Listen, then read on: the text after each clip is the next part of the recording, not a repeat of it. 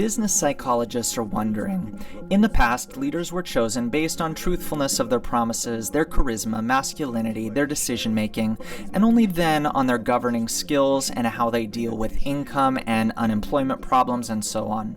So they ask what will change in the post-coronavirus period. They're wondering if our evaluation of leadership skills will mature, become based on concern for the well-being of people.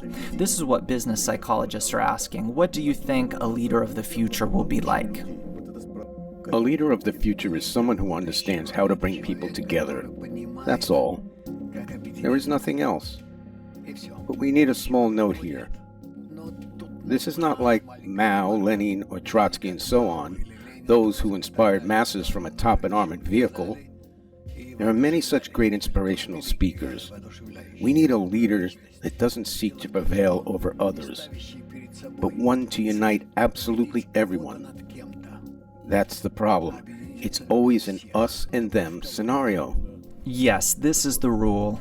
But here we cannot allow it. Instead, we are all fighting against our nature. Our nature, do you mean our ego? Yes, our ego. Of course, our beloved ego.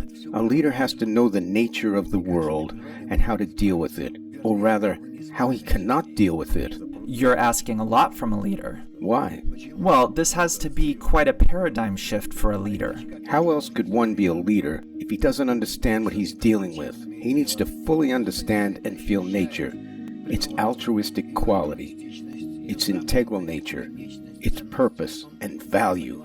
And he must understand that man has to come to this point to achieve complete similarity with nature through unity, the so-called adhesion with nature, utilizing the paths leading to it, and what forces or connections can help him along the way. Just so people don't get confused, when you say nature, you mean my nature and... Surrounding nature. My nature is egoistic, while surrounding nature is altruistic. Thus, in my connection with others, I have to change myself from an egoist to an altruist. This way, when we all change ourselves in this manner, we'll start resembling the general altruistic nature of the world. This is what we have to achieve. And the leader has to lead everyone to this level? Yes. Let's say we vote for you. What's your plan? So the plan has to be in such a manner. How else? You're talking about an exalted plan. Not at all. Otherwise it'll never be realized. This is not an exalted plan. This is the bar that nature is setting for us. This will definitely happen. You'll see within the next few months how the world is moving towards this. A leader has to offer the world the method of uniting the whole of humanity. Even though he's being elected in one particular country? That doesn't matter. He has to strive for it. He has to understand that this is the future.